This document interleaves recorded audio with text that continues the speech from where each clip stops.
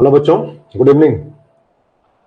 तो आज engineering mechanics का ये दूसरा लेक्चर होगा और थोड़ा सा पिछले लेक्चर को रिकैप करेंगे, हल्का सा देखेंगे कि कल मोटी मोटी बातें हम लोगों ने क्या समझा था, क्या देखा था, और उसके बाद अपने लेक्चर को कंटिन्यू करेंगे। ठीक है, तो आइए चलते हैं अपने लेक्चर की तरफ। और इंजीनियरिंग मैकेनिक्स का पहला लेक्चर कल था, वो इंट्रोडक्शन का था। हम लोगों ने उसमें कुछ बेसिक बेसिक बातों को समझा था कि मैकेनिक्स किसे कहते हैं, काइनेमेटिक्स क्या है, काइनेटिक्स क्या है, स्टैटिक्स क्या है, डायनेमिक्स क्या है। और आज उसी के कंटिन्यूटी में थोड़ा सा बात को आगे बढ़ाएंगे। आज दूसरा लेक्चर है, तो देखें जरा कल जो कुछ बातचीत हुई थी उसकी जरा चर्चा कर लें। कल आपने तो ये समझा था कि मैकेनिक्स क्या है, तो आपने कहा था कि मैकेनिक्स का मतलब ये है कि अगर हमारे पास कोई बॉडी है जो कि रिजिड है, अगर एक रिजिड बॉडी ली जाती है, इस पर फोर्स लगता है, इस फोर्स और इस रिजिड बॉडी का जो इंटरेक्शन है, इसी को अगर स्टडी किया जाए, इसी को आप कहते हैं स्टडी ऑफ रिजिड बॉडी या इंजीनियरिंग मैकेनिक्स या अप्लाइड मैकेनिक्स। ठीक है, फिर आगे बात यह है कि एक बॉडी पर केवल जरूरी तो नहीं कि केवल एक ही फोर्स लगे, बहुत सारे फोर्स लग सकते हैं, कई तरीके से लग सकते हैं, कहीं भी लग सकते हैं, किसी दिशा में लग सकते हैं। कोई फोर्स खींच सकता है, कोई दबा सकता है, मतलब पुश या पुल कुछ भी हो सकता है।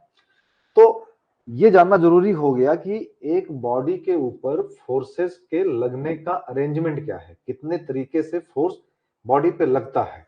तो उसी को आप लोगों ने कहा था कि फोर्स सिस्टम, मतलब एक बॉडी है, उस पर कई सारे फोर्स हैं, वो फोर्स कैसे लगते हैं, उनके लगने के तरीके के आधार पे हम उस पूरी व्यवस्था को, सिस्टम का मतलब व्यवस्था, उस व्यवस्था को कैसे अलग अलग कैटेगरी में बांट सकते हैं। तो उसी को हम लोगों ने कहा था फोर्स सिस्टम।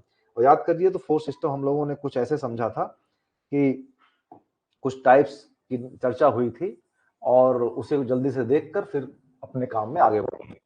जो आपने कहा था कि फोर्स सिस्टम, तो फोर्स सिस्टम को मेनली दो पार्ट में डिवाइड किया था आपने।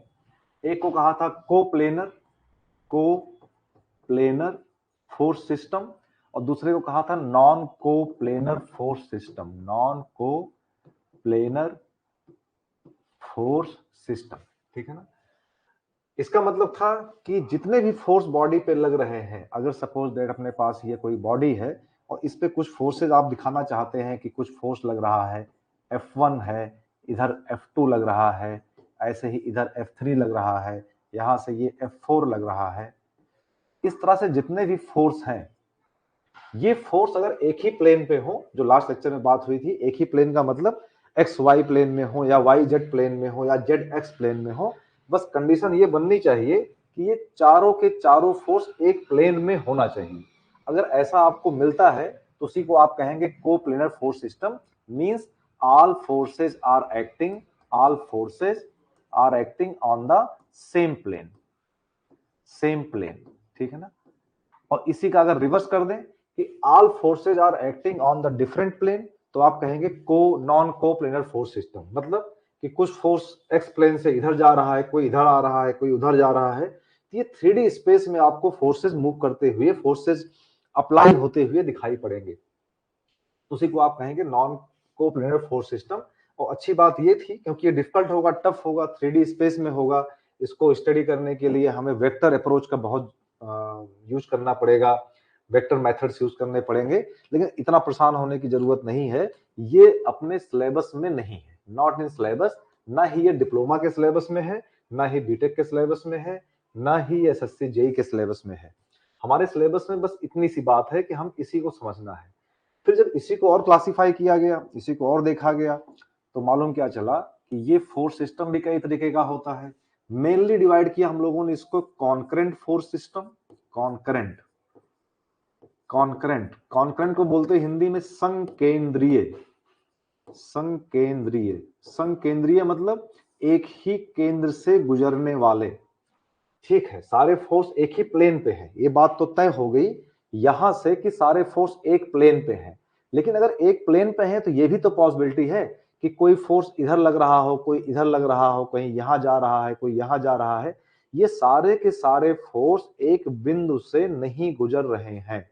इनको आगे बढ़ाएं या पीछे बढ़ाएं तो आपको लगेगा कोई ऐसा कॉमन पॉइंट नहीं मिलने वाला जहां पे आप कह पाए कि ये सारे चारों फोर्स या ये चारों फोर्स एक पॉइंट पे मिल रहे हों। अगर ऐसा हो जाए कि ये सारे एक पॉइंट पे मिलते हुए दिखाई पड़े तो उसी को आप कहते हैं कॉन्करेंट फोर्स सिस्टम। मींस उसका अगर एग्जांपल मैं दिखाऊं तो कुछ ऐसा हो जाएगा कि एक पॉइंट है, इसी पॉइंट पर ऐसी कुछ व्यवस्था बन गई कि सारे फोर्स इसी पर लगते हुए दिखाई पड़ रहे हैं, चाहे वो आउटवर्ड हो, कहते हैं पुल फोर्स हो, या इनवर्ड हो, पुश फोर्स हो, कैसे भी हो सकते हैं, लेकिन सब एक ही पॉइंट पे हैं। आपको F1 दिख रहा है, F2 दिख रहा है, F3 दिख रहा है, F4 दिख रहा है, ऐसे ही F5 दिख रहा है, ऐसे ही और भी लगा लीजिए। लेकिन अगर सारे के सारे फोर्स आपको एक पॉइंट पे लगते हुए महसूस होते हैं, दिखाई पड़ते हैं, उनकी लाइन ऑफ एक्शन को आगे पीछे बढ़ाने पर, तो आप कहेंगे वो फोर्स सिस्टम हमारा कॉन्करेंट फोर्स सिस्टम है, संकेंद्रीय है, passing through the same point. इसी का रिवर्स कर लें, जैसे ये फोर्स सिस्टम है, इनको आगे पीछे बढ़ाएं तो कोई एक कॉमन पॉइंट नहीं मिलेगा, है को प्लेनर ए भी एक ही प्लेन पर है, इसमें कोई शंका नहीं है, लेकिन यह है कि एक पॉइंट से नहीं गुजरेंगे। इसका मतलब ये जो आपने एग्जांपल लिया हुआ है, ये एग्जांपल जो लिया हुआ है, ये आपका नॉन कॉन्करेंट फोर्स सिस्टम का एग्जांपल है, नॉन कॉन्करेंट फोर्स सिस्टम। ठीक है, मतलब पासिंग थ्रू डिफरेंट पॉइंट, इसको आप कह सकते हैं, लिख सकते हैं, अगर all forces passing through different point, different point, जैसे इसको भी देख सकते हैं, ऐसे किसी एग्जांपल दे सकते हैं। मान लीजिए आपके घर पे जो मेज रखी है, जिसपे इस वक्त आप बैठ के पढ़ाई कर रहे हैं, सपोज दैट ये ऐसी मेज है ना, ऊपर से देख रहे हैं, टॉप व्यू देख रहे हैं मेज का, तो ऐसी मेज है और उस मेज पर कुछ फोर्सेज लग रहे हैं। शर्त यह है कि फोर्स एक ही प्लेन में है। एक प्लेन होने का मतलब मेज हॉरिजॉन्टल जो प्लेटफॉर्म है, सारे फोर्स हॉरिजॉन्टली ही लग रहे हैं, लेकिन वो डिफरेंट डिफरेंट पॉइंट पे लग रहे हैं। जैसे किसी ने यहाँ धागा बांधा, रस्सी बांधा, इसको ऐसे घसीटा, किसी ने इसको यहाँ पे इधर धक्का दिया, किसी ने इधर घसीटा, किसी ने इधर घसीटा, ऐसे करके अगर मल्टीपल फोर्सेस लग रहे हैं उस टेबल पे, लेकिन एक ही प्लेन में है, ये सारे के सारे फोर्स एक ही प्लेन में है, तो आप क्या कहेंगे, F1, F2, F3, F4 और F5 ये डिफरेंट डिफरेंट पॉइंट पे हैं। आप ये तो कह सकते हैं कि F3 और F2 एक पॉइंट पे कॉन्करेंट है। इतनी बात कहने में कोई बुराई नहीं है कि 5 फोर्स लगे हैं, 5 forces are acting on this body, और उसमें से भी F2 और F3 एक पॉइंट पर है, तो दे आर कॉन्करेंट। लेकिन completely force system concurrent force system है ऐसा नहीं है। क्यों नहीं है? क्योंकि ये यहां पे कॉन्करेंट है, ये अलग लग रहा है, ये अलग लग रहा है, ये अलग लग रहा है। जब तक सारे फोर्स एक पॉइंट पे ना दिखाई पड़े तब तक आप उसे कॉन्करेंट फोर्स नहीं कह सकते, ये नॉन कॉन्करेंट फोर्स सिस्टम है। ये मेजर है, मेजर पार्ट यही था। उसके बाद आपने पैरेलल फोर्स सिस्टम देखे थे, लाइक पैरेलल और अनलाइक पैरेलल, वो सब बाद में देखते रहेंगे। चलिए अब आगे बढ़ते हैं। कल की बातचीत यहाँ पे खत्म हुई थी। अब अगला काम क्या है? अगला काम क्या है ये समझा जाए कि चलिए पहले स्टडी करते हैं कॉन्करेंट फोर्स सिस्टम को, कि अगर कोई बॉडी है, क्योंकि कॉन्करेंट फोर्स सिस्टम है और उस बॉडी पर सारे फोर्स एक पॉइंट पे लग रहे हैं, तो हमारा मकसद क्या है कि वो बॉडी का क्या होने वाला है। ये ढेर सारे फोर्स एक बॉडी पे लगे हैं, तो उस बॉडी का होने वाला क्या है, उस बॉडी के साथ क्या कर सकते हैं सब मिलके। तो इसी बात को जरा समझा जाए कि जो मैं कहना चाह रहा हूं वो क्या है। आइए जैसे एग्जांपल लेके देखें। सपोज दैट हमारे पास कोई बॉडी है, जैसे एक मैंने बॉडी बना लिया,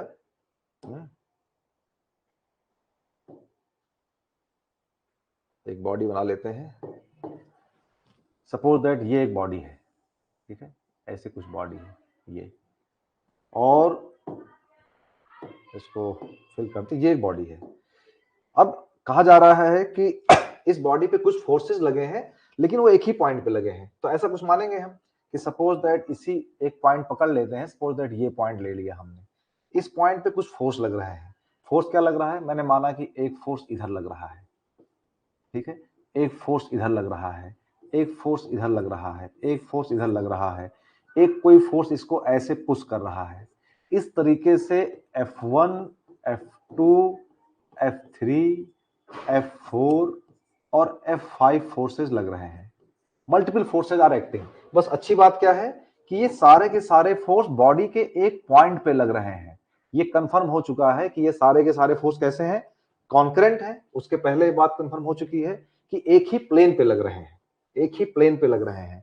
तो ये पांचों मिलके इस बॉडी के साथ क्या कर सकते हैं, क्या कर सकते हैं, इसका मतलब क्या है, इन पांचों का 5 forces are acting, 5 forces are acting. इनका बॉडी पर, इनका बॉडी पर क्या इफेक्ट है, ये क्या कर सकते हैं इस बॉडी के साथ, ठीक है ना। तो भाई क्या करेंगे, सब मिलके कुछ ऐसा करेंगे कि ये बॉडी कहीं मूव करने की कोशिश करेगी। कल आपने देखा था कि दो ही चीजें पॉसिबल हैं, या तो रेस्ट में रहे या मोशन में रहे, ठीक है। बॉडी पे फोर्स लगेगा तो बॉडी के अंदर एक टेंडेंसी आएगी किसी तरफ मूव करने की। अब पता नहीं किधर जाएगा। F1 चाह रहा है, ये आज F1 चाह रहा है कि बॉडी इधर जाए, F2 चाह रहा है बॉडी इधर जाए, F3 चाह रहा है कि नीचे जाए, F5 भी चाह रहा है नीचे जाए, F4 चाह रहा है इधर जाए। सब डिफरेंट डिफरेंट डायरेक्शन में इसको मूव करने की कोशिश कर रहे हैं, यही तो है ना। लेकिन क्या ये बॉडी 5 दिशाओं में जा सकता है? जाएगा तो किसी एक ही दिशा में, जाएगा तो किसी एक ही दिशा में, है ना। तो वो दिशा कौन सी होगी, तो वो दिशा कौन सी होगी ये पता करना है। मतलब पहली बात क्या पता करना है कि किधर जाएगा, किधर जाएगा। किधर जाएगा का मतलब क्या हुआ कि मुझे इसकी डायरेक्शन चाहिए, ठीक है। एक बात तो ये जानना जरूरी हो गया कि ये बॉडी किधर जाएगी, इन पांचों के लगने के बाद किधर जाएगा, मतलब मुझे डायरेक्शन चाहिए। दूसरा, जब ये जाएगा, जिधर भी जाएगा तो कितने फोर्स से जाएगा। क्या मैं F1 F2 F3 F4 सबको ऐसी जोड़ दूं, उसको ऐसी सम कर दूं, तो मतलब नेट फोर्स कितना होगा, नेट फोर्स कितना होगा, net force, force on body, on body. लग तो 5 रहे हैं, लेकिन इन पांचों को अगर हटा दिया जाए, एक फोर्स लगाया जाए, तो वो कितना होगा। नेट का मतलब यही हुआ ना कि जो काम ये पांचों फोर्स मिलके कर सकते हैं, इनका जो नेट होगा, नेट फोर्स मतलब परिणामी फोर्स, है ना, वो वही काम कर सकता है जो पांचों मिलके कर रहे हैं वो अकेले करेगा। तो कितना होगा। इसी दोनों बातों को जब हम एक साथ कहते हैं, जब इन्हीं दोनों बातों को एक साथ हम जोड़ देते हैं, इसी कंप्लीट इंफॉर्मेशन को हम एक नाम देते हैं, इसको कहते हैं रिजल्टेंट। रिजल्टेंट, रिजल्टेंट का मतलब क्या होता है, परिणाम, परिणाम, ठीक है। तो हमें रिजल्टेंट फोर्स निकालना है तो हम कहेंगे रिजल्ट, परिणामी बल, है ना, रिजल्टेंट फोर्स। नेट फोर्स का मतलब क्या हुआ, रिजल्टेंट फोर्स। लेकिन जब रिजल्टेंट फोर्स कहते हैं तो हमारा कंसर्न केवल डायरेक्शन से नहीं है, केवल मैग्नीट्यूड से नहीं है, हमें दोनों चाहिए। तो परिणामी बल का मतलब क्या है कि हम जानना चाहते हैं कि मैग्नीट्यूड क्या है, नेट फोर्स का मैग्नीट्यूड क्या है, पहली बात, और उसकी डायरेक्शन क्या है, डायरेक्शन क्या है। मैग्नीट्यूड का मतलब अगर मैं अपनी भाषा में, हम लोग अपनी हिंदी भाषा में बोलें तो जानना चाहते हैं कि फोर्स कितना है, फोर्स कितना है, और ये जानना चाहते हैं कि फोर्स किधर है। जिधर फोर्स, जिधर नेट फोर्स काम करेगा बॉडी उधर ही जाएगी, जितना नेट फोर्स होगा उतने ही फोर्स से जाएगी, ठीक है ना। और मैग्नीट्यूड को, मैग्नीट्यूड को हिंदी में क्या बोलते हैं, इसको कहते हैं परिमाण। परिमाण, ध्यान रखिएगा, परिणाम और परिमाण में खाली शब्दों का आगे पीछे है। परिमाण का मतलब मैग्नीट्यूड और परिणाम का मतलब रिजल्टेंट, ठीक है ना। तो सॉरी, अल्टीमेटली हमें निकालना यही है कि अगर इसकी वैल्यू दे दिया जाए, इसके एंगल्स दे दिया जाए, तो बॉडी किधर जाएगी। हमें फाइंड यही करना है कि रिजल्टेंट ऑफ, अल्टीमेटली टॉपिक का नाम क्या हुआ, resultant of non concurrent, non concurrent force system. Ultimately हम ये कहना चाह रहे हैं कि टॉपिक हमारा अब ये आ गया, ऐसा इसी में सीखेंगे, resultant of non concurrent force system, ठीक है। चलिए अब इसी तरफ आगे बढ़ते हैं। तो भाई अगर फोर्स सिस्टम को देखना है तो इसमें भी एक वर्ड है फोर्स, बचपन से पढ़ते आ रहे हैं। फोर्स सिस्टम का क्या मतलब है, एक वर्ड इसमें आ रहा है फोर्स। तो थोड़ा फोर्स के बारे में चर्चा करेंगे पहले, उसके बाद फोर्स सिस्टम तो जान ही चुके हैं, तब रिजल्टेंट निकालेंगे। ठीक है, आइए। तो भाई जिसको मालूम है फोर्स के बारे में कुछ अगर चैट बॉक्स में लिख सकें एक आध लाइन तो अच्छी बात लगेगी। मैं बात करने जा रहा हूं व्हाट इज फोर्स। फोर्स के बारे में बात होगी थोड़ी देर। फोर्स, इसको कह रहे हैं बल। बल, तो फोर्स के बारे में बचपन से पढ़ते आ रहे हैं, डेफिनेशन पढ़ते आ रहे हैं, उसको महसूस भी करते आ रहे हैं, तो उसी को हल्का से रिवाइज करेंगे फिर आगे बढ़ेंगे। जैसे आपने पहले कहा था, शुरू से कह रहे हैं क्लास 7 से 8 से, कि फोर्स एक एक्सटर्नल इफेक्ट है, एक बाह्य कारक है, एक एक्सटर्नल कॉज है। करना क्या चाहता है? जब ये किसी बॉडी पे लगता है तो करना क्या चाहता है? तो आप लिखते हैं कि force is an external effect. बल वह बाह्य कारक है जो किसी वस्तु की अवस्था को परिवर्तित करना चाहता है, जो किसी बॉडी की पोजीशन को चेंज करना चाहता है। तो ये दो तीन बातें जो स्टेटमेंट में आप लिखते हैं, मैं यहाँ स्टेटमेंट नहीं लिखूंगा, ये दो तीन बातें मैं ऐसे ही लिखूंगा। पहली बात क्या है कि एक एक्सटर्नल इफेक्ट है। इसका अर्थ क्या है? एक एक्सटर्नल इफेक्ट है, क्या मतलब कहना चाह रहा हूं मैं? एक्सटर्नल कॉज है, बाह्य कारक है। ठीक है ना? ये बाह्य कारक का मतलब क्या है? आंतरिक कारण क्यों नहीं है? इंटरनल इफेक्ट क्यों नहीं है? ये बात आती है। तो आपने कहा कि एक बॉडी हुआ करती है, एक बॉडी पे फोर्स लगता है। ये फोर्स कहां से आया था? ये फोर्स किसी दूसरी बॉडी से आया था। याद करिए कल का लेक्चर, ये अदर बॉडी से आया था और लग किस पे रहा था? इस रिजिड बॉडी पे, इस रिजिड बॉडी से। तो ये जो फोर्स है इस बॉडी के अंदर से नहीं पैदा हुआ, ये फोर्स किसी दूसरी बॉडी से इस पे आया था। इसलिए मैकेनिक्स की जो पहली लाइन आपसे बोली गई थी, क्या कहा गया था? Interaction between two bodies is known as mechanics. तो एक बॉडी अदर बॉडी थी, एक बॉडी ये बॉडी थी, इसने इस पर फोर्स लगाया, तो ये फोर्स बाहर से आया, इसके अंदर से नहीं पैदा हुआ। That's why it is known as बाह्य कारक, एक्सटर्नल इफेक्ट, एक्सटर्नल कॉज। अच्छा, ये जब बाह्य कारक एक्सटर्नल इफेक्ट इस पे लगा तो ये करना क्या चाहता है, क्या कर सकता है? इसकी केवल एक ही इच्छा है कि जो बॉडी है, जहां पर है, जैसी भी है, उसकी स्टेटस को बदल दिया जाए। कहने का मतलब क्या है? अगर कोई बॉडी रुकी है ना, तो उसको चला दिया जाए। और कोई बॉडी अगर चल रही है, मूव कर रही है, तो उसको या तो और तेज चला दिया जाए या उसको रोक दिया जाए। सिंपल सी बात है। अगर आप किसी गाड़ी पे, कोई गाड़ी चल रही, कोई साइकिल से बच्चा जा रहा है, उस पर अगर आप फोर्स लगाएंगे तो आपके दो ही उद्देश्य होंगे, दो ही ऑब्जेक्टिव है। या तो साइकिल से जो बच्चा जा रहा है उसको आप फोर्स लगा के रोकना चाहते हैं तो रोक दीजिए, तब भी आप एक बाह्य कारक हैं और उस साइकिल के पोजीशन को, स्टेटस को चेंज कर रहे हैं। या पुश करके धक्का देके और तेज कर दीजिए, है ना? तो दोनों काम कर सकते हैं आप। या कोई बॉडी अगर रेस्ट में है, साइकिल खड़ी है, उसको चलाना है तो आप चला दीजिए। तो ये दो ही काम, एक ही काम करता है कि किसी भी बॉडी की अवस्था को परिवर्तित करता है, अवस्था को परिवर्तित करता है, परिवर्तित करता है मतलब स्टेटस को चेंज करता है, स्टेटस को चेंज करता है।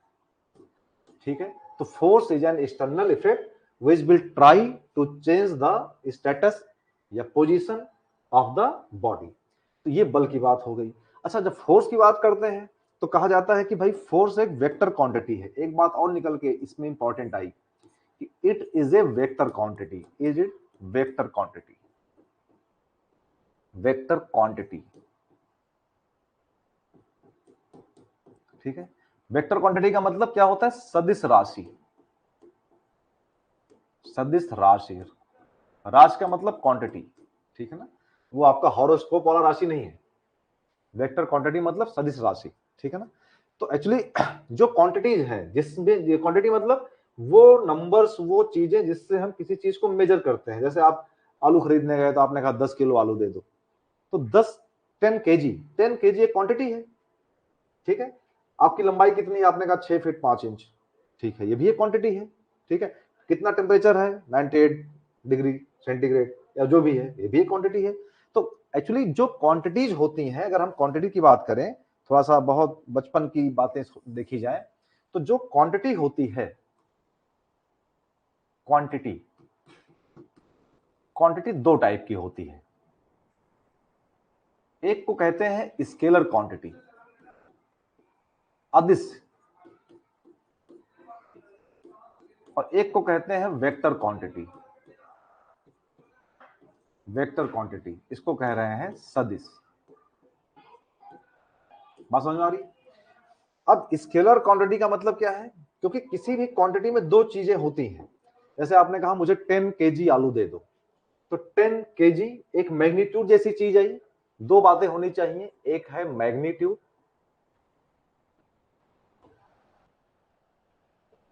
और दूसरी बात है डायरेक्शन। तो बच्चा कुछ क्वांटिटीज ऐसी हैं जिनको डिफाइन करने के लिए हमें दोनों की जरूरत पड़ती है, मैग्नीट्यूड की भी और डायरेक्शन की भी। लेकिन कुछ क्वांटिटी ऐसी हैं जिनके लिए केवल हमें मैग्नीट्यूड की ही जरूरत पड़ती है, डायरेक्शन की नहीं। क्यों? क्योंकि मैग्नीट्यूड ये बताता है कि कोई चीज कितना है, कोई चीज कितना है। अगर केवल कितना बताने से, हाउ मच बताने से काम चल जाए, तो आप कहेंगे कि उसमें इतने से ही काम चल जा रहा है, इसलिए उसको कहेंगे स्केलर क्वांटिटी। और अगर ऐसा लगता है कि नहीं, इसको बताने से हमें यह भी बताना पड़ेगा कि किधर, ये बात भी बोलना पड़ेगा, किधर, कितना और किधर। किधर का मतलब क्या हुआ? दिशा, डायरेक्शन। बात समझ में आ रही? किसी भी क्वांटिटी को अगर एक्सप्लेन करने के लिए, पूरी तरह समझाने के लिए खाली इतना सफिशियंट हो कि वो चीज कितनी है। जैसे आपके हाथ में अगर झोला है, एक बैग है, उसमें आलू भरा हुआ है, तो मैं आपसे क्या पूछूंगा? इतने पूछूंगा, भाई कितना आलू है। ये तो नहीं पूछूंगा ना किधर है, पूरब में है, पश्चिम में है, उत्तर में, दक्षिण में, ये तो नहीं पूछूंगा ना। तो ऐसी क्वांटिटी है, आपका आपका मास कितना है, तो आप कहेंगे मैं 60 केजी का हूं। ये थोड़ी पूछूंगा किधर है ना। तो मास हुआ, ठीक। ऐसे ही मान लीजिए लेंथ की बात करें, लेंथ, ठीक है, कि आपके घर की लंबाई कितनी है, तो आप कहेंगे 50 फीट, 50 फीट, है ना, 15 मीटर। तो ये थोड़ी पूछूंगा किधर है, मैंने लंबाई पूछी, इतना सफिशियंट है ना। तो ऐसी क्वांटिटी जिसको एक्सप्लेन करने के लिए केवल और केवल मैग्नीट्यूड से काम चल जाए, मैग्नीट्यूड से काम चल जाए, तो उसी को आप कहते हैं स्केलर क्वांटिटी। और ऐसी क्वांटिटी जिसको बताने के लिए हमें मैग्नीट्यूड भी चाहिए और डायरेक्शन भी चाहिए, डायरेक्शन भी चाहिए। ये दोनों बातें बहुत जरूरी हैं। अगर ये एक भी बात कम पड़ गई तो पूरी बात समझ में नहीं आएगी, ठीक है ना। तो ऐसी क्वांटिटी को हम कहते हैं वेक्टर क्वांटिटी। जैसे एग्जांपल के तौर पे अगर देखा जाए, जैसे मैंने आपसे कहा इसका एग्जांपल क्या है, तो आपने कहा मास, मास की यूनिट। आपने कहा वॉल्यूम, आप दूध लेते हो, आपसे आपने पूछा कितना दूध लेते हो भाई, किसी ने कहा 5 लीटर दूध है मेरे पास। तो 5 लीटर मिल्क, कोई डायरेक्शन बताया क्या, किस दिशा में, है ना, ईस्ट वेस्ट नॉर्थ साउथ, कुछ बोला? कुछ नहीं बोला, बस 5 लीटर मिल्क, इतना सफिशियंट है। आप खरीदने जाते हो, कितना दूध दे दो, इतना दे दो, ठीक है। ये वॉल्यूम हो गया। और भी ऐसी चीजें बताइए जरा, डेंसिटी, घनत्व, टेम्परेचर एंड सो ऑन। आपने बहुत सारी चीजें पढ़ी हैं। जरा यहां आते हैं, जैसे आपने पहला एग्जांपल ले लें फोर्स का। जैसे मैं कहूं कि आप मुझ पर 10 न्यूटन का फोर्स लगाइए। आप जहां बैठे हैं मेरे सामने अगर खड़े होते, मैं आपसे कहता कि मुझ पर 10 न्यूटन का फोर्स लगाइए। क्या इतनी बात सफिशियंट है? अगर आप मुझ पे 10 न्यूटन का फोर्स लगाते हैं, तो सपोज दैट आप मेरे आगे से लगाते हैं, मेरे मत्थे पे ऐसे फोर्स लगाते हैं, तो मैं पीछे गिरूंगा। पीछे से लगाते हैं तो आगे गिरूंगा, इधर से लगाते हैं तो इधर गिरूंगा, इधर से लगाते हैं तो इधर गिरूंगा। आप देख रहे हैं ना, आप फोर्स तो 10 न्यूटन का ही लगा रहे हैं, लेकिन उसका इफेक्ट बदल जा रहा है जब आप आगे से लगाते हैं, जब आप पीछे से लगाते हैं, है ना, या कहते हैं लेफ्ट से या राइट से। एक ही फोर्स, सेम क्वांटिटी का फोर्स को जब आप डायरेक्शन को बदल बदल के लगाते हैं, तो उसका इफेक्ट चेंज हो जाता है। इसका मतलब कि अगर आप फोर्स का जिक्र करें तो इतना ही बताना काफी नहीं है कि फोर्स 10 न्यूटन का लगाया जाए। बताना क्या पड़ेगा? You have to apply a force of 10 newton on the given direction. इस दिशा में आपको मुझे बताना पड़ेगा कि आप मुझ पर फोर्स लगाइए, लेकिन लेफ्ट साइड से लगाइए, जिससे मैं राइट साइड मूव करूं, है ना। अगर मुझे राइट साइड मूव करना है, तो फोर्स ऐसी चीज है कि इसमें मैग्नीट्यूड भी बताना पड़ेगा और डायरेक्शन भी बताना पड़ेगा। जैसे मूवमेंट, आघूर्ण, टॉर्क, ठीक है, इस तरह की चीजें जो हम पढ़ेंगे उसको आप कहेंगे वेक्टर क्वांटिटी। अब आपका काम यह है कि इसके एग्जांपल्स को और आप बढ़ाइए, जितनी क्वांटिटी आपने बचपन से पढ़ी है उन सबको जरा कैटेगराइज करिए कि कौन इधर जाएगा कौन इधर जाएगा। जो कुछ आपने पढ़ा है, करंट पढ़ा है आपने, वोल्टेज पढ़ा है, इन सबको देखिए कि करंट क्या एक स्केलर क्वांटिटी है, एक वेक्टर क्वांटिटी है, और स्टडी करिए, देखिए कि उनका एग्जाम्पल इधर जाएगा कि इधर जाएगा। हमारे मैकेनिक्स के लिए इतना ही बहुत है कि फोर्स, मूवमेंट, टॉर्क ये वेक्टर क्वांटिटी है, और मास, वॉल्यूम, डेंसिटी, लेंथ ये सब हमारी स्केलर क्वांटिटी है। क्योंकि थर्मल हम डील नहीं कर रहे हैं तो टेम्परेचर से हमें कोई जरूरत भी नहीं है, ठीक है ना। तो ये बात समझ में आ गई। तो यहां से बात समझ में आ गई कि हमारा जो फोर्स था, फोर्स एक वेक्टर क्वांटिटी है ना, it is a vector quantity. यहां मैंने ये बात लिखी, इसका मतलब साबित हो गया कि इसको पूरी तरह बताने के लिए मुझे मैग्नीट्यूड भी बताना पड़ेगा और साथ में डायरेक्शन भी बताना पड़ेगा। डायरेक्शन भी मतलब कितना बताना पड़ेगा कि फोर्स कितना है, और ये भी बताना पड़ेगा कि फोर्स किधर है, कितना और किधर, ठीक है ना। इतनी बात समझ में आ गई।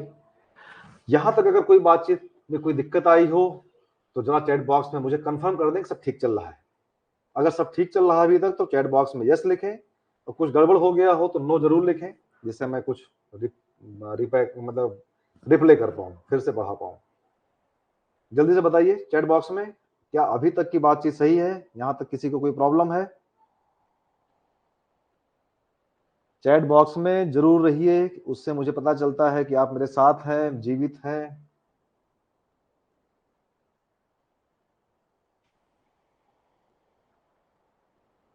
ओके, ठीक है, चलिए तो आगे बढ़ते हैं। तो फोर्स की बात हो गई। अब फोर्स को जरा, फोर्स की वैल्यू पता करनी है कि फोर्स होगा कितना। क्योंकि फोर्स की बात हुई, फोर्स की डेफिनेशन तो देख लिया, फोर्स के बारे में समझ लिया, अब फोर्स की वैल्यू को देखना है कि फोर्स होता कितना है। चलिए उसके लिए हमें न्यूटन्स के लॉ देखने पड़ेंगे, ठीक है। जल्दी जल्दी देखेंगे न्यूटन्स के फर्स्ट लॉ, सेकेंड लॉ और थर्ड लॉ, इनकी बात करेंगे, ठीक है। आइए, ठीक, पहले सबसे पहले काम करते हैं कि पहला Newton first law, Newton's first law, इसी को बोलते हैं law of inertia. Law of inertia, law of inertia Hindi में क्या कहते हैं? जड़त्व का नियम। Law of inertia, inertia Hindi में बोलना इसी को जड़त्व का नियम।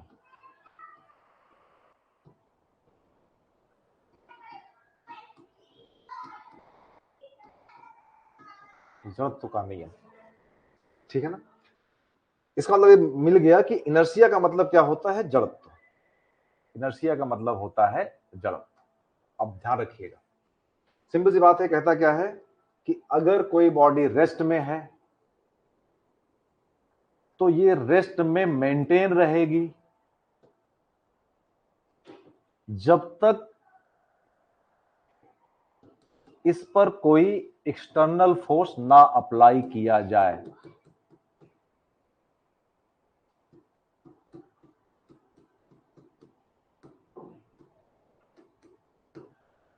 क्या बात समझ में आई? अगर कोई बॉडी रेस्ट में है, रेस्ट पोजीशन पे है, आपके घर में कोई सामान रखा है, टेबल है, चेयर है, कुछ भी है, वो रेस्ट में तब तक रहेगी जब तक उस पर कोई फोर्स ना लगाया जाए, कोई बाह्य बल, कोई एक्सटर्नल फोर्स ना लगाया जाए। या दूसरी बात, अगर कोई बॉडी मोशन में है तो ये इसी स्टेटस को मेंटेन करने की कोशिश करेगा जब तक उस पर कोई एक्सटर्नल फोर्स ना लगाया जाए। इसका मतलब क्या है कि फोर्स वो चीज है जो किसी बॉडी की स्टेट को चेंज करने की कोशिश करता है। ये तो पहले ही पढ़ चुके हैं। और ये जो इनर्शिया है, इनर्शिया क्या चीज है, यहां से बात समझ में आती है जरा इनर्शिया को समझा जाए। What is inertia? इनर्शिया क्या है? इनर्शिया क्या है? इसको कह रहे हैं जड़त्व, है ना। क्या कभी किसी ने किसी को, टीचर ने किसी स्टूडेंट को ये कहा है कि एक बच्चा या कोई व्यक्ति जड़ बुद्धि है? एग्जाम्पल समझिए, अपने यूपी की लैंग्वेज में अक्सर इधर गांव की साइड में कहते हैं कि जड़ बुद्धि है। जड़ बुद्धि होने का मतलब क्या है कि इसको बदल नहीं सकते, इसको सिखा नहीं सकते, इसको समझा नहीं सकते। इसका मतलब वो बच्चा या वो व्यक्ति कुछ जानने का, समझने का, अपने बदलने का विरोध करता है, बदलने के लिए तैयार नहीं है। जो व्यक्ति बदलने के लिए तैयार नहीं है उसी को कहते हैं जड़ बुद्धि, है ना। तो इसी से भाव निकालिए कि जड़त्व का मतलब क्या है कि बॉडी की वो प्रॉपर्टी, बॉडी को वो प्रॉपर्टी जो जैसी है, उसका स्टेट जो भी है, जो भी उसकी अवस्था है, उसको बदलने के लिए तैयार नहीं है। जैसे कोई बॉडी रुकी है तो चलने के लिए तैयार नहीं है। भाई चलने के लिए तैयार नहीं है तभी तो चलाने के लिए ढेर सारा फोर्स लगाना पड़ता है। कोई बॉडी मूव कर रही है, कोई कार जा रही है, साइकिल जा रही है, बाइक जा रही है, चल रही है ना, वो रुकने के लिए तैयार नहीं है।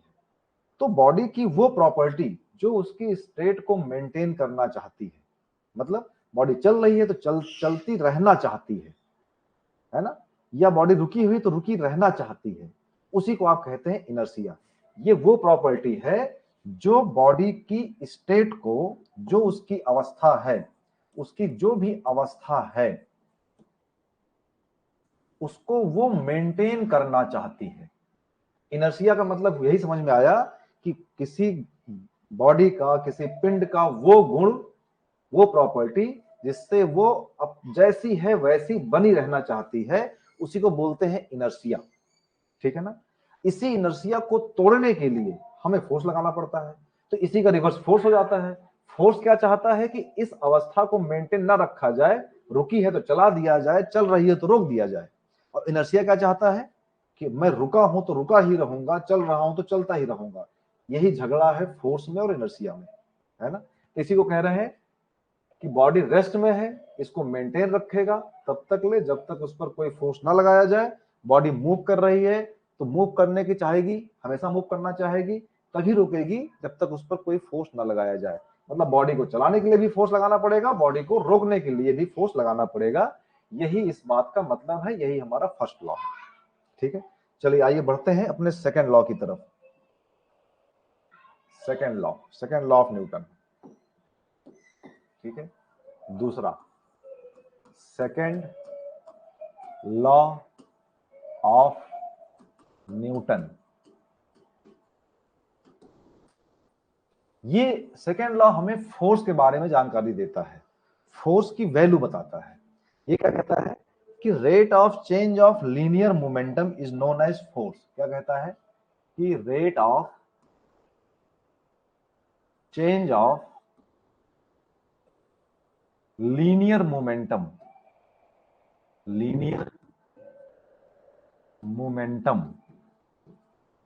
Is known as force. अभी देखते हैं क्या है नोन एज फोर्स। क्या देखा जाए लीनियर मोमेंटम क्या बला है, कहां लिखा है लीनियर, ये लिखा हुआ है लीनियर मोमेंटम। इसको हिंदी में बोलते हैं रेखीय संवेग।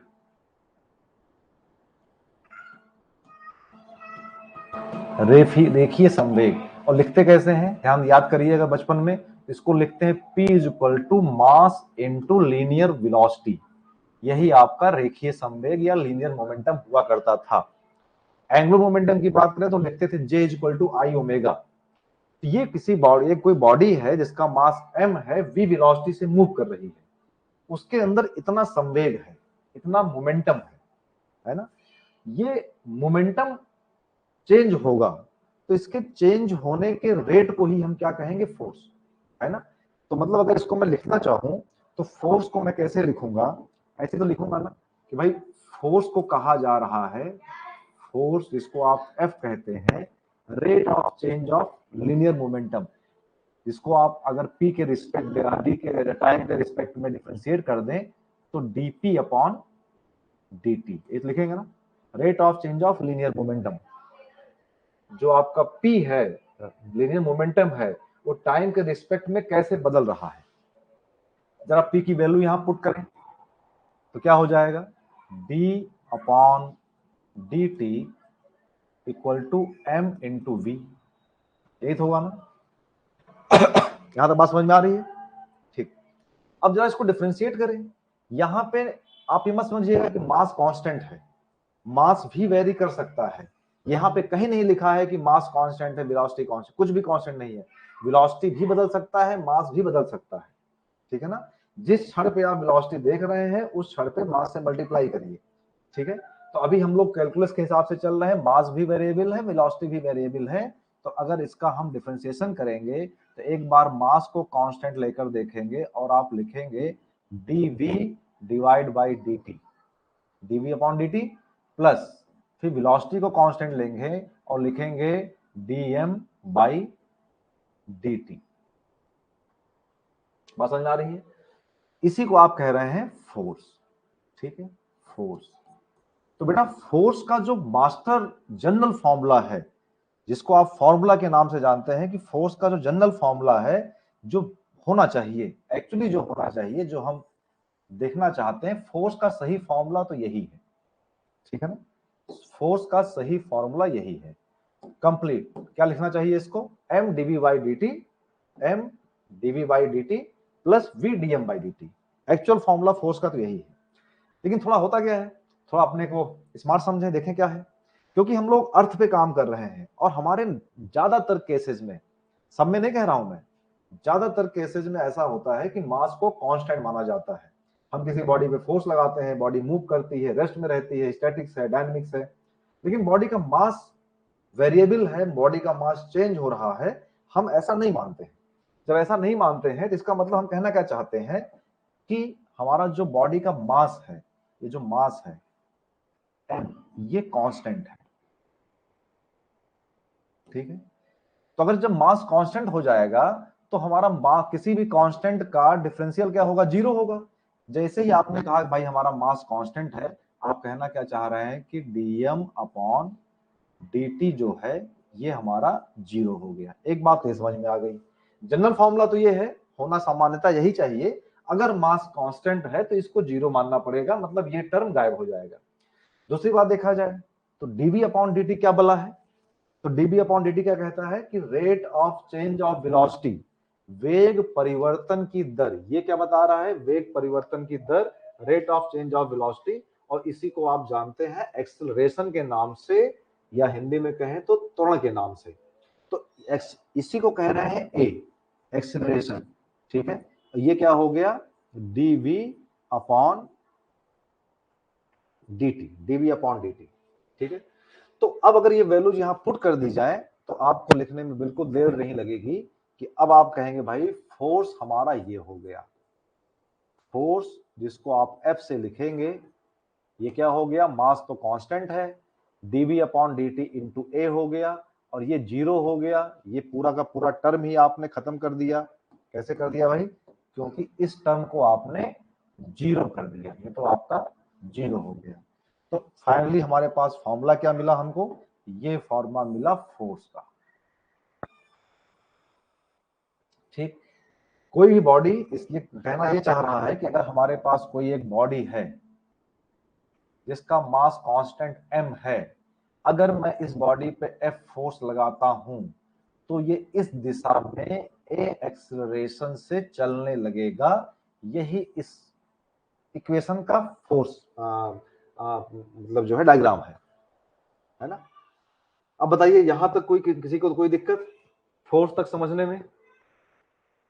न्यूटन सेकंड लॉ तक हो चुका, फर्स्ट लॉ देख लिया, सेकंड लॉ देख लिया, any issue?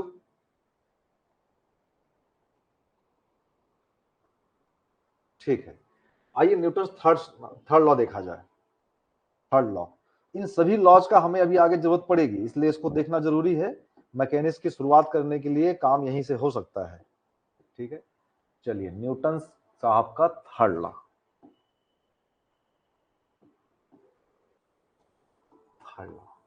Newton third law, और बड़ा फेमस लॉ है, हर कोई जानता है, पढ़ा लिखा भी जानता है, अनपढ़ गंवार भी जानता है ना। किस नाम से जानता है इसको, कि action is equal to reaction, action is equal to reaction, है ना। इसी से सब जानते हैं। और आप कहते क्या है, every action have equal and opposite reaction. हर क्रिया का एक प्रतिक्रिया होती है जो क्रिया के उल्टी लगती है। Every action has equal and opposite reaction. इस तरीके से हर कोई इसको जानता है। और एक्शन को कहते हैं क्रिया, और इसे कहते हैं प्रतिक्रिया। जो प्रतिक्रिया, बात समझ में आ रही है, क्रिया प्रतिक्रिया। तो इन दोनों में पहले कौन है, पहले प्रतिक्रिया होगी पहले क्रिया होगी, पहले एक्शन होगा पहले रिएक्शन होगा? जाहिर सी बात है पहले एक्शन होगा। एक्शन होगा तो इसकी वजह से जो ये करेगा उसे प्रतिक्रिया कहेंगे। ये बात ध्यान रखिएगा, पहले क्रिया होगा, है ना। ठीक है, action is equal to reaction. ठीक, चलिए। अच्छा, एक बात ये भी है कि ये जो बात की जा रही है, हम सब लोग मैकेनिक्स पढ़ रहे हैं, और ये जो बात हो रही है ये सारी की सारी बात रिजिड बॉडी के लिए हो रही है, और रिजिड बॉडी, ध्यान रखिएगा, बॉडी हमारी रिजिड होनी चाहिए। Action is equal to reaction तभी है जब बॉडी रिजिड होना चाहिए। जैसे एग्जांपल समझिए जरा, बड़े मजे के एग्जांपल है। जैसे आप दीवार पे एक घुसा मारिए, कस के दीवार पे बहुत तेजी से मारिए, तो आपने दीवार पे एक एक्शन दिया और दीवार बुरा मान गया, उसने भी एक रिएक्शन दिया। उस रिएक्शन से आपके हाथ में दर्द हुआ, ठीक है ना। तो यहां क्या हुआ, action is equal to reaction. जितना तेज आप दीवार पे मारेंगे उतना ही तेज आपकी हाथ में दर्द होगा, ठीक है ना, क्योंकि रिएक्शन भी वैसे ही आ रही है। अब जरा क्या करिए कि एक डनलप का गद्दा लीजिए, उतनी ही तेज उस पर आप घुसा मारिए। अब जरा बताइए क्या हाथ में उतना ही दर्द हुआ? आपने तो एक्शन उतना ही लगाया था ना जितना दीवार पे लगाया था, उतना ही फोर्स लगाया आपने डनलप के गद्दे पे जितना आपने दीवार पे लगाया था, लेकिन डनलप के गद्दे ने आपको उतनी चोट नहीं पहुंचाई। मतलब उसने इक्वल रिएक्शन तो नहीं दिया, रिएक्शन दिया, ऐसी बात नहीं है, रिएक्शन दिया, थोड़ा दिया, लेकिन बिल्कुल कह दीजिए कि आपको इक्वल रिएक्शन मिला, तो ऐसा है क्या? क्यों विवेक, क्या आपको डनलप के गद्दे पर एक घूसा मारने से इक्वल रिएक्शन मिला? इक्वल मिला तो यस लिखिए, नहीं मिला तो नो लिखिए, जल्दी से कमेंट बॉक्स में।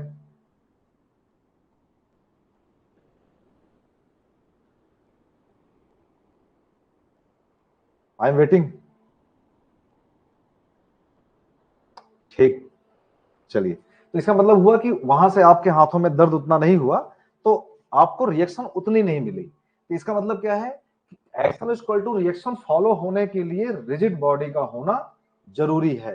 और आप परेशान ना होइए, इसको हम बहुत डिटेल में पढ़ेंगे, खूब सारी रिएक्शंस निकालनी है, बहुत सारी रिएक्शंस निकालनी है, इसलिए इसके लिए परेशान ना होइए, ठीक है। चलिए, ठीक है। तो हमारे ख्याल से थर्ड लॉ के बारे में बहुत डिटेल में बात करेंगे, इतनी सी बात है। लेकिन एक बात मैं और थोड़ा इसमें जोड़ना चाहता हूं, नो डाउट इंजीनियरिंग का नहीं है, हम पढ़े लिखे लोग उस पर बात नहीं करते, लेकिन जरा मैं कुछ स्टेटमेंट देता हूं, ह्यूमन लाइफ की बात है। जैसा आप कहते हैं लोहा लोहे को काटता है ना, ईंट का जवाब पत्थर। ये ईंट का जवाब पत्थर भी क्या एक्शन इक्वल टू रिएक्शन है कि नहीं है? जल्दी बताइए, यस या नो। मैंने कहा ईंट का जवाब पत्थर या लोहा लोहे को काटता है, ऐसी कोई स्टेटमेंट हम लोग यूज करते हैं अपने आम लाइफ में, क्या ये action is equal to reaction है या नहीं है? जल्दी बताएं। लोहा, ये ईंट का जवाब पत्थर, ये action is equal to reaction है कि नहीं है? अगर है तो यस लिखिए, नहीं है तो नो लिखिए।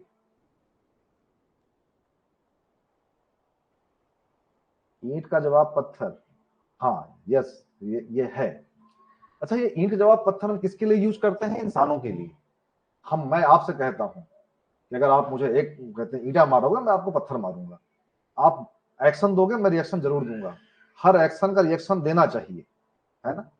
ये लॉ सही है। क्या ये लॉ इंसानों पे भी अप्लीकेबल है, ह्यूमन पे?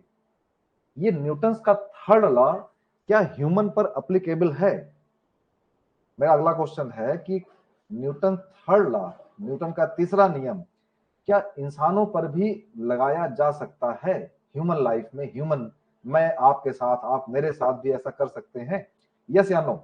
लगाना चाहिए? यस या no? Newton's third law is applicable on human? Yes या नो? जल्दी से।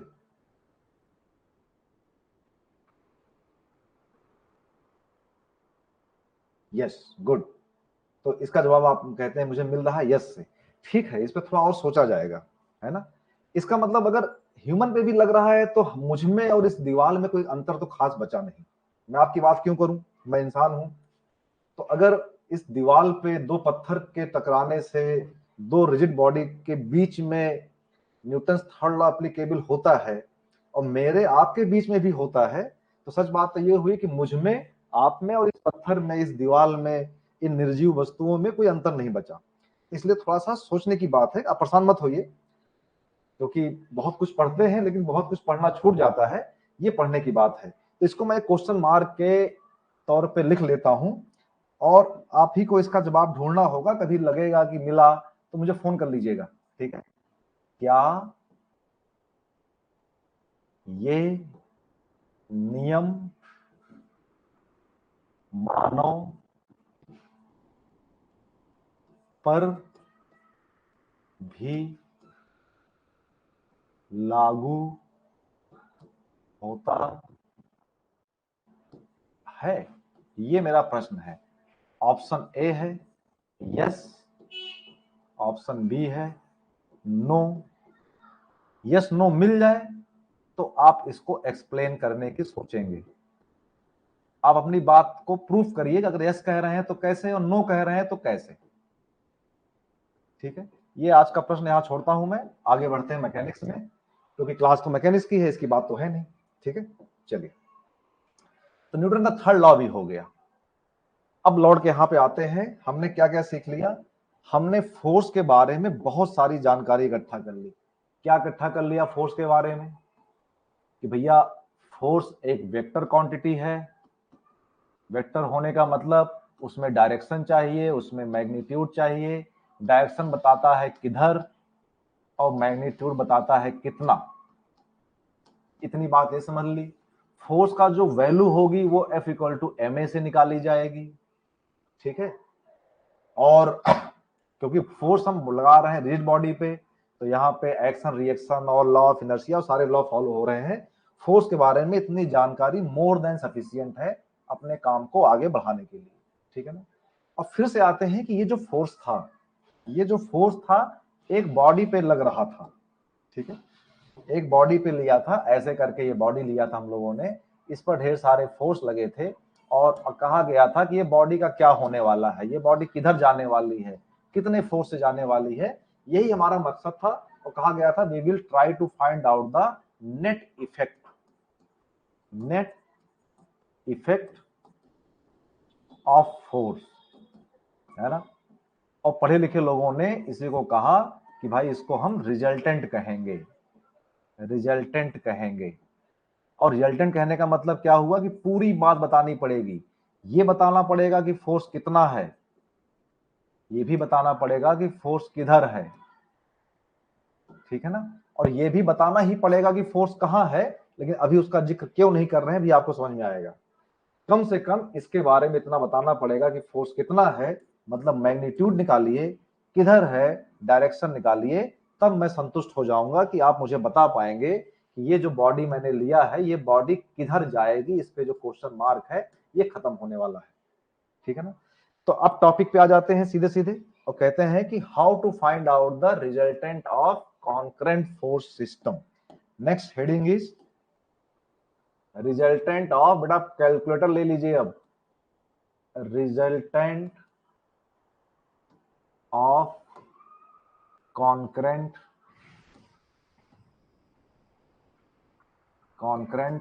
Force system, resultant of concurrent force system.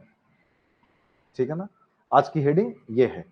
चलिए, तो बाबू जैसे हम लोगों ने एक केस लिया था, अब वैल्यूज के साथ केस को लेंगे और एक इसको प्रॉब्लम से इसको एक वैल्यूज के साथ एक न्यूमेरिकल लेके चलेंगे और उस न्यूमेरिकल से के माध्यम से समझेंगे कि कैसे हम एक रिजल्टेंट निकालेंगे किसी बॉडी का, किसी बॉडी पर लगने वाले फोर्सेस का। मेरा कैलकुलेटर कहाँ गया, मुझे भी लेना पड़ेगा, प्लीज वेट करिए, मैं बस कैलसी लेके आया।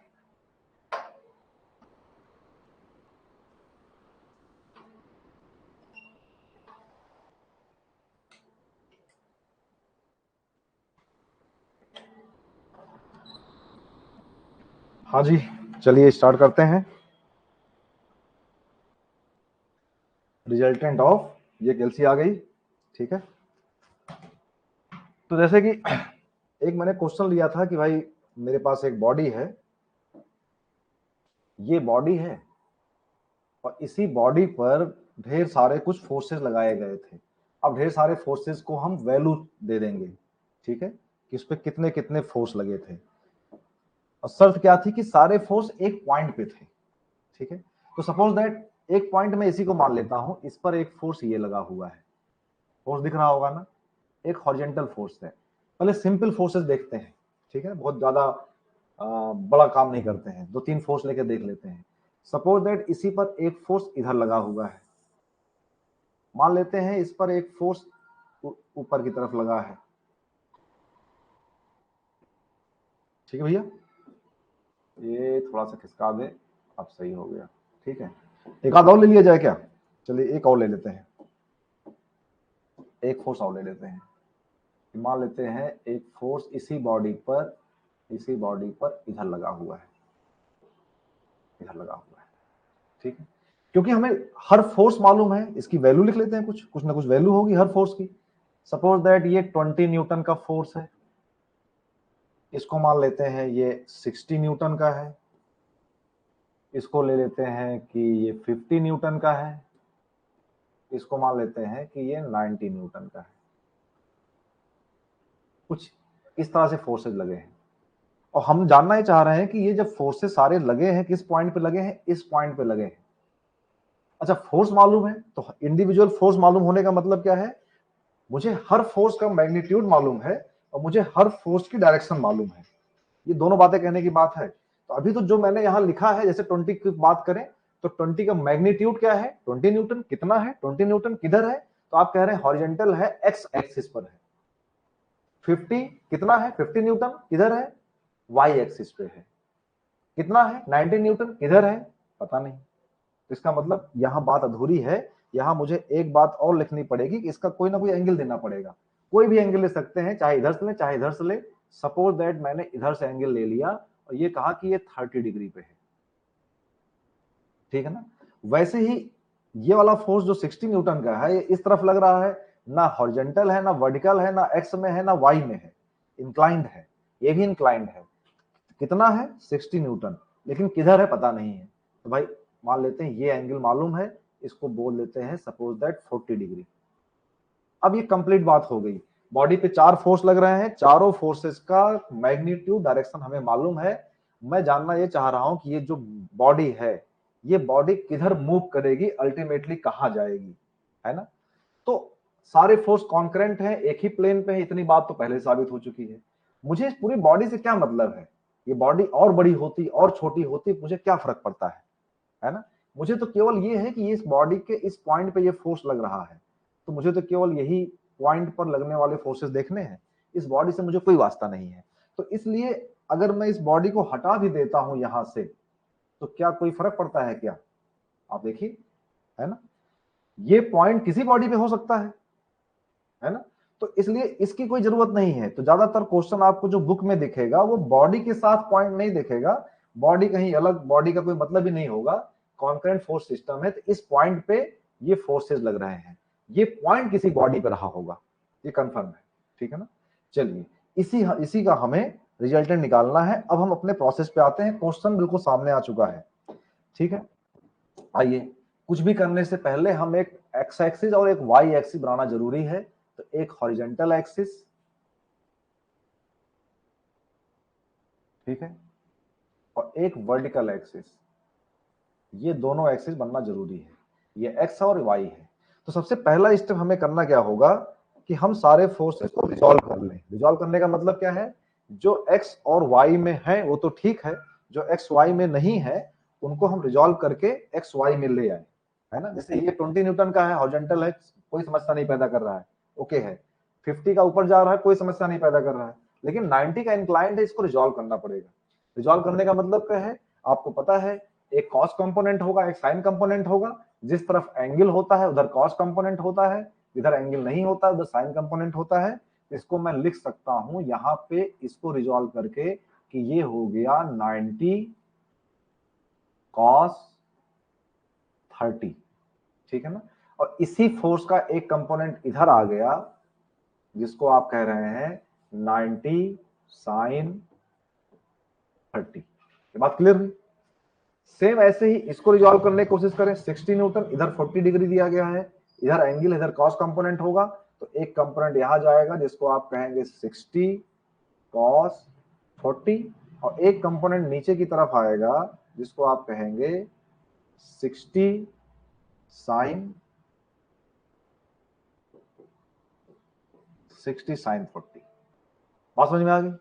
इसका मतलब क्या हो गया कि अब मुझे इस फोर्स की जरूरत नहीं है, इस फोर्स को खत्म करके, इसको मार के हमने दो बना दिए, ऐसे ही इसको मार के हमने दो बना दिए।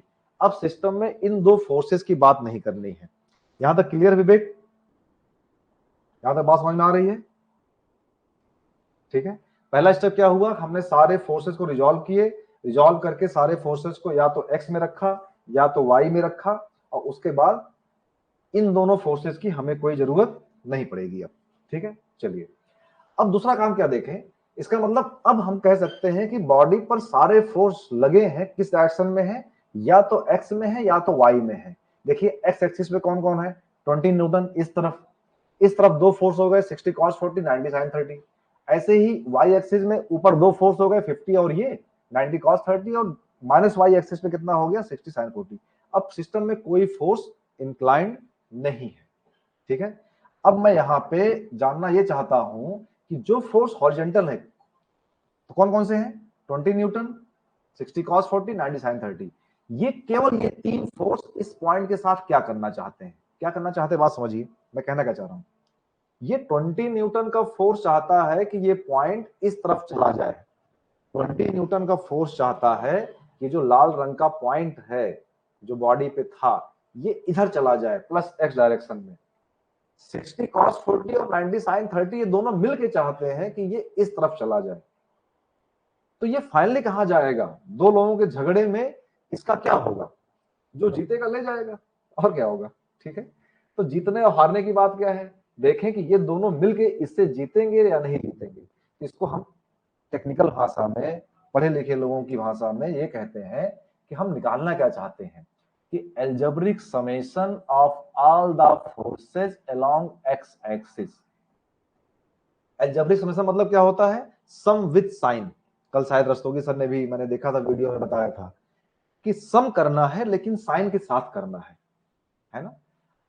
और हम क्या लिख रहे हैं, एल्जेब्रिक समेशन एफ एक्स, मतलब algebraic summation of all the forces along X axis. Y axis को कोई देखेगा नहीं, कोई इसको देखेगा नहीं, वाई एक्सिस की हम बात ही नहीं कर रहे अभी, जो भी बात हो रही केवल एक्स एक्सिस की बात हो रही है। तो कैसे सम करेंगे, देखिए ध्यान से मैं कहना क्या चाह रहा हूं। हमें एक साइन कन्वेंशन लेना पड़ेगा, और दुनिया में जो सारी जहां कन्वेंशन लेती हम भी वही लेंगे। कैसे, वो कहते क्या है कि अगर ये x इधर जाएगा तो इसको प्लस माना जाएगा, इधर अगर x होता है तो इसको माइनस माना जाता है, हम भी यही मानेंगे। ऐसे ही ऊपर जाएंगे तो इसको प्लस वाई कहेंगे, और नीचे जाएंगे इसको माइनस वाई कहेंगे, हम भी यही करेंगे। देखिए अभी हमें y की बात ही नहीं करनी, इसकी बात करनी है। मैं कह रहा हूं कि जो फोर्स इधर लगेंगे प्लस एक्स एक्सिस में उसको प्लस लेंगे, जो फोर्स इधर लगेंगे उसको माइनस लेंगे, है ना। क्या बताया गया था, sum with sign. With sign तो हो गया, इधर वाला फोर्स प्लस लिया गया, इधर वाला फोर्स माइनस लिया गया, और चुपचाप इसको सम कर दिया जाए तो इसी को कहते हैं sum with sign, algebraic summation of all the forces along X axis. जरा उठाइए कैल्सी भाई, मैं रखा हूं कैल्सी लेकिन मैं वैल्यूज नहीं बताऊंगा, मुझे चैट बॉक्स में वैल्यू चाहिए, है ना।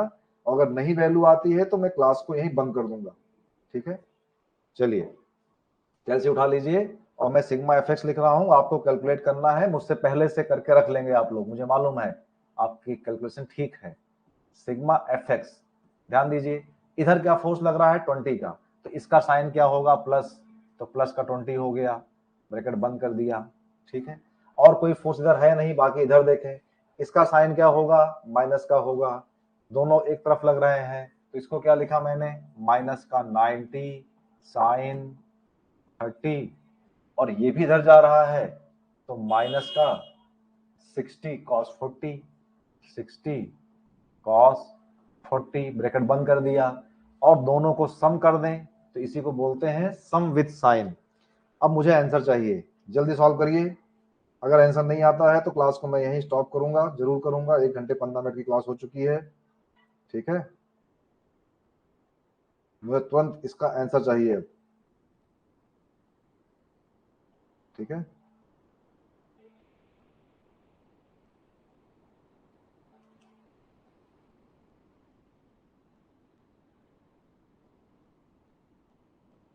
हाँ जी, waiting for your answer.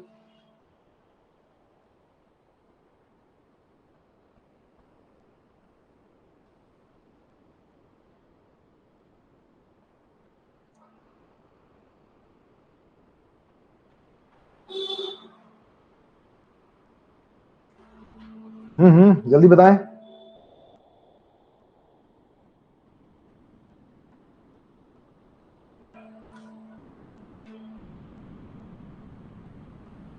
Twenty plus इस इक्वेशन को सॉल्व करके मुझे सिग्मा एफ एक्स की वैल्यू बताई जाए। आप इंजीनियरिंग का सब्जेक्ट पढ़ रहे हैं, हिस्ट्री नहीं पढ़ रहे हैं, ध्यान रखिएगा। हिस्ट्री पढ़ सकते हैं वन वे, मैं कहानी सुनाऊं आप सुनते जाएं, लेकिन क्योंकि आप इंजीनियरिंग के सब्जेक्ट पढ़ रहे हैं, एसएससी जेई की तैयारी कर रहे हैं, तो आपको ये काम करना पड़ेगा। जल्दी से बताएं मुझे।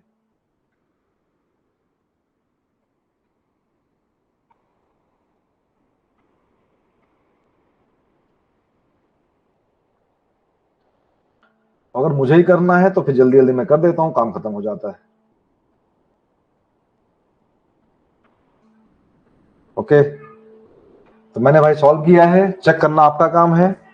मेरे हाथ में कैलसी है, उसमें आंसर आया है माइनस का 70.96 न्यूटन, ठीक है ना। तो ये सिग्मा एफ की वैल्यू आ गई, और सिग्मा एफ की वैल्यू ये आने का मतलब क्या हुआ कि मुझे दो चीजें मिली। सिग्मा एफ भी क्या है, एक फोर्स है, वहां भी मुझे कितना है, तो मैं कहूंगा 70.96 न्यूटन है। किधर है, तो क्योंकि ये माइनस का साइन आया है, और माइनस का साइन ये इंडिकेट करता है कि फोर्स इधर लगा हुआ है, माइनस एक्स एक्सिस में है, तो मैं इससे जान जाता हूं कि फोर्स कितना है और फोर्स किधर है। फोर्स कितना है 70.96, और फोर्स किधर है, तो इस दिशा में है। इससे निष्कर्ष ये निकला कि ये 1 2 3 फोर्स अगर मिलके कुछ कर पा रहे हैं तो इस पॉइंट को इधर लेके जा रहे हैं। ये लोग जीत गए, ये हार गया, इसलिए ये पॉइंट इधर जाएगा, और कितने फोर्स से जाएगा, तो 70.96 से जाएगा, ठीक है ना। अब बात करते हैं जरा वाई एक्सिस पे, इसी तरीके की बातचीत को सिग्मा वाई एक्सिस पे लेते हैं और लिखते हैं कि सिग्मा एफ वाई। ठीक वैसे ही इसका मतलब क्या होगा, जो फोर्स ऊपर है उनको पॉजिटिव लिया जाए, जो फोर्स नीचे हैं उनको नेगेटिव लिया जाए, और उनको शांति से सम किया जाए, उनको शांति से सम किया जाए। तो सम करने का मतलब क्या हो गया भाई, कि इक्वेशन बनाई जाए। ये हमारी इक्वेशन है, algebraic summation of all the forces along Y axis, ठीक है।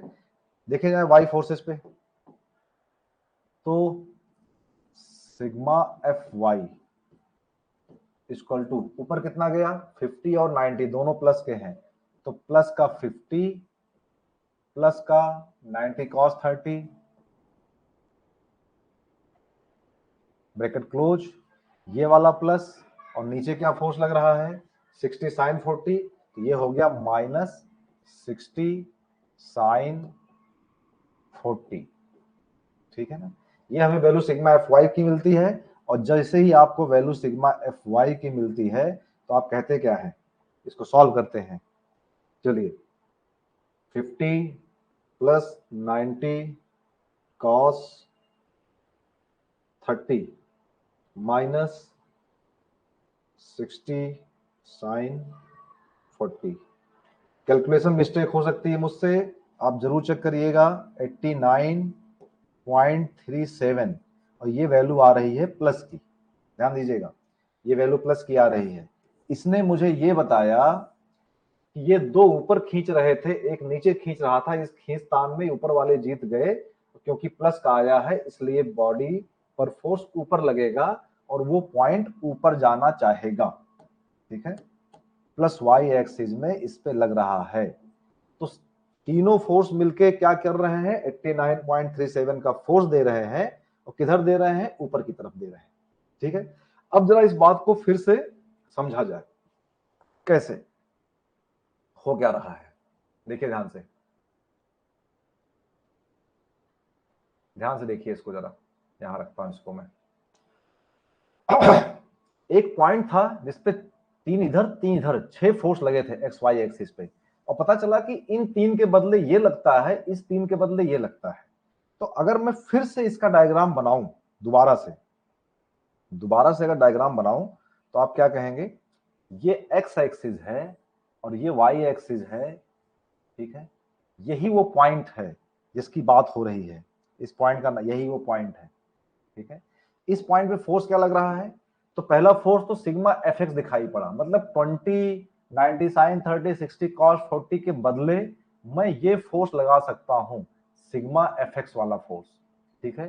कितना है, 70.96, किधर है, तो इस तरफ है, तो मैं इधर एक फोर्स लगाऊंगा, ठीक है, इस तरफ। कितनी वैल्यू है, 70.96, इस तरफ है 70.96। ये तीनों मिलके इस पॉइंट के साथ यही कर रहे हैं कि इसको इधर ले जा रहे हैं, तो मैं 3 के बदले एक फोर्स लगा सकता हूं, इन तीनों को रिप्लेस करके इसको लगा सकता हूं। सिमिलरली ये जो 3 फोर्स वाई एक्सिस में है, ये तीनों मिलके क्या कर रहे हैं, प्लस 89.37, ठीक है ना, वो भी ऊपर की तरफ, तो प्लस 89.37 वो भी ऊपर की तरफ, तो ये हो गया, ठीक है। थोड़ा सा नीचे कर दें इसको, ठीक, देखिए ध्यान से, तो ये हो गया हमारा प्लस का 89.37, 89.37, ये है 70.96, इसको कह रहे हैं सिग्मा एफ वाई और इसको कह रहे हैं सिग्मा एफ एक्स।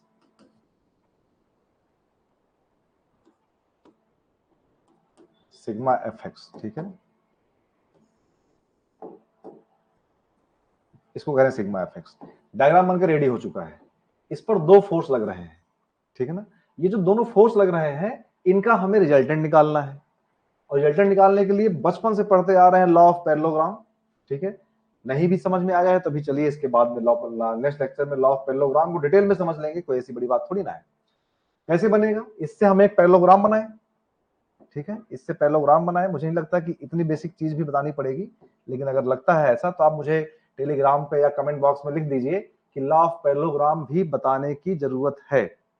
क्या लॉ ऑफ पैरेललोग्राम को डिटेल में डिस्कस करने की जरूरत है, या समांतर चतुर्भुज के नियम को आप जानते हैं, क्योंकि बहुत बेसिक बात है ये, मुझे कोई दिक्कत नहीं है उसको एक लेक्चर लेने में, ठीक है।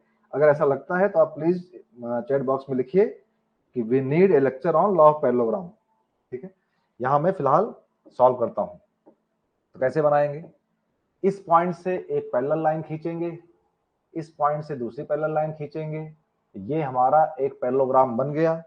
और इस पैरेललोग्राम में क्या होगा, जो इसका डायगोनल होगा, यहां से अगर इसको मिलाया जाए, यहां से अगर इसको मिलाया जाए तो ये जो डायगोनल होगा, ये डायगोनल जो होगा, है ना, यही इन दोनों फोर्सेस का रिजल्टेंट होगा। और ये जो इसका एंगल यहां से दिखाया जाए, इसी को इसकी दिशा कहेंगे, डायरेक्शन कहेंगे, है ना। ये बात समझ में आ गई, यही बताएगा कितना, मैग्नीट्यूड, और ये बताएगा किधर, है ना, डायरेक्शन, ये बताएगा डायरेक्शन और ये बताएगा मैग्नीट्यूड। अब अगर r निकालना है तो क्या है, ये डिस्टेंस अगर 89.37 है तो भाई जाहिर सी बात है ये डिस्टेंस भी 89.37 होगा। अब मैं यहाँ पे क्या लिख रहा हूँ, मैं यहाँ पे क्या लिख रहा हूँ, रिजल्टेंट। तो इसमें मैं क्या लगाने वाला हूँ, पाइथागोरस थ्योरम। तो आप क्या लिखेंगे भाई, आप लिखेंगे r square is equal to, ये डिस्टेंस 89.37 है मतलब सिग्मा fy है ना। तो आप क्या लिखेंगे, सिग्मा fx का स्क्वायर प्लस सिग्मा fy का स्क्वायर, इसमें पाइथागोरस थ्योरम लगाएंगे। तो आप कहेंगे सिग्मा fx का स्क्वायर प्लस सिग्मा fy का स्क्वायर, ठीक है ना। इस फॉर्मूले को यूज करेंगे, लॉ ऑफ पैरेललोग्राम यूज किया है, मुझे लगता है अगर आपको जरूरत है तो okay Vivek, we need lecture on law of parallelogram, we will take tomorrow, full lecture होगा लॉ ऑफ पैरेललोग्राम, प्रूफ करेंगे, उसके सारे केसेस देखेंगे और उसके बाद उससे निकल के ये फॉर्मूला कैसे आता है ये देखेंगे। लेकिन विवेक आप कैलसी लेके नहीं बैठे हैं, इस तरीके से पढ़ाई करेंगे तो परेशान होंगे, केवल टाइम का लॉस होगा, आपका भी मेरा भी। तो प्लीज कैलसी लेके बैठिए, ये वैल्यूज आपको निकालनी है, एग्जाम आपको देना है, मुझे नहीं देना है ना। मेरा काम ये है जो कॉन्सेप्ट बताना है, वैल्यूज आपको ही बतानी पड़ेंगी, आपको ही कैलकुलेट करनी है, ठीक है। चलिए R square equal to F X square sigma F Y square, तो हम क्या लिख रहे हैं, R square equal to sigma F X कितना है 70.96 का स्क्वायर, कैलसी निकाल लीजिए, मुझे बताइए आंसर कितना है, सिग्मा एफ वाई का है 89.47 का स्क्वायर, ठीक है। ये वैल्यू आती है आर स्क्वायर की, कितनी आएगी जल्दी बताइए भाई। मेरे पास कैलसी है, मैं जानता हूं आप शायद ना कर पाओ या लेट करो, लेकिन ये काम आपका है, मैं करने लगूंगा तो आपका कुछ नहीं होने वाला है, नुकसान आपका होगा, ठीक है। जल्दी मुझे आंसर बताइए, मैं भी कर रहा हूं, जिससे कम से कम 2 3 4 लोग का आंसर आएगा तो मैच तो हो जाएगा, और नहीं तो मैच नहीं होगा। कैलकुलेशन मिस्टेक हो सकती है, एक इंसान से हो सकती है, जल्दी बताएं। विवेक डू यू हैव कैलसी, क्या आपके पास कैलकुलेटर है, यस या नो।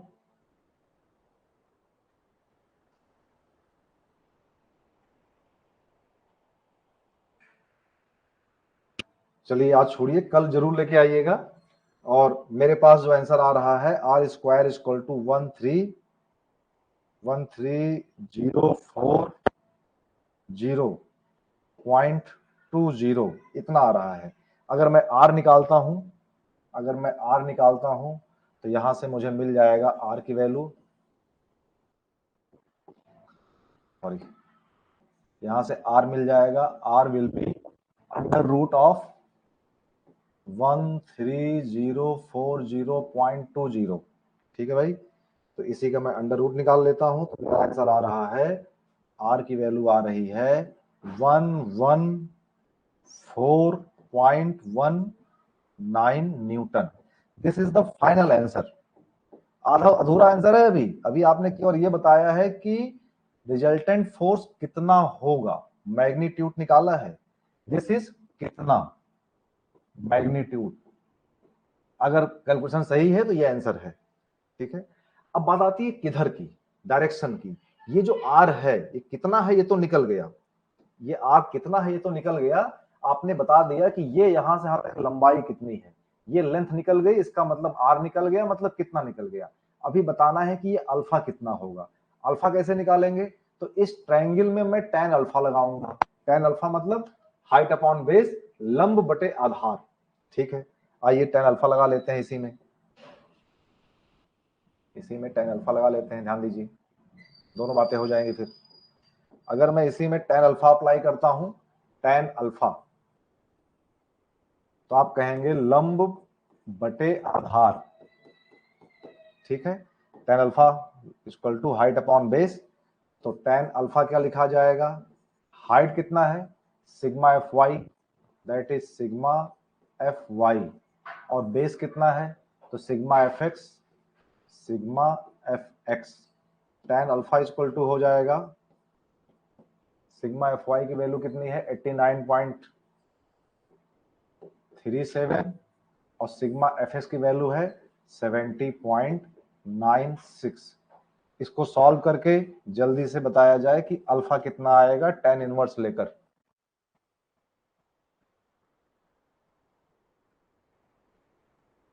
$89.37 डिवाइड बाई 70.96 मेरे पास आ रहा है 51.55 डिग्री। ये है अल्फा की वैल्यू। इसने मुझे बताया कि किधर है, कितना हो गया इसने बताया किधर, मतलब इसने डायरेक्शन दे दिया है ना, इसने बता दिया डायरेक्शन के बारे में बात कर दिया। अब मुझे सारी बात मिल चुकी है कि जो बॉडी पे इतने सारे फोर्स लग रहे थे उन सारे फोर्सेस को अगर हटा दिया जाए तो एक फोर्स कितना लगाया जाए, तो कितना लगाया जाए 114.19 न्यूटन।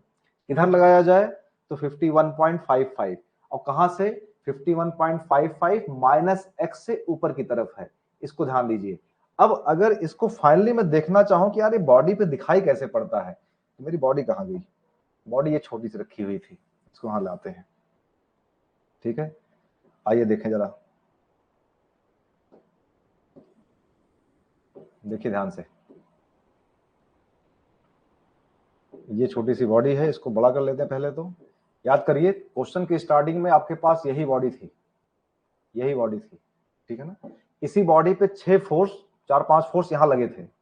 अब मैं कह रहा हूं कि इसी बॉडी पे एक फोर्स लगा है, तो वो फोर्स कितना होगा, तो भाई वो फोर्स यहीं पे लगेगा और कितना होगा, तो ये दिखा दिया मैंने R, कितना होगा 114.19 न्यूटन। इधर होगा तो आपने कहा कि इधर से ये एंगल होगा अल्फा, और अल्फा की वैल्यू कितनी होगी 51.55 डिग्री। ये हो गया, this is the complete answer. अब आप कह सकते हैं कि उतने फोर्स 4-5 फोर्स लगाने के बाद ये बॉडी अगर कहीं मूव करने की इच्छा इसकी है, ये बॉडी इधर जाना चाहती है, इसकी टेंडेंसी है, इसकी इच्छा है इस तरफ मूव करने की। जाएगी या नहीं जाएगी वो अलग की बात है, इसकी टेंडेंसी इधर है ना। इस तरीके से हम लोगों ने सारे फोर्सेस को मिला के नेट इफेक्ट देख लिया।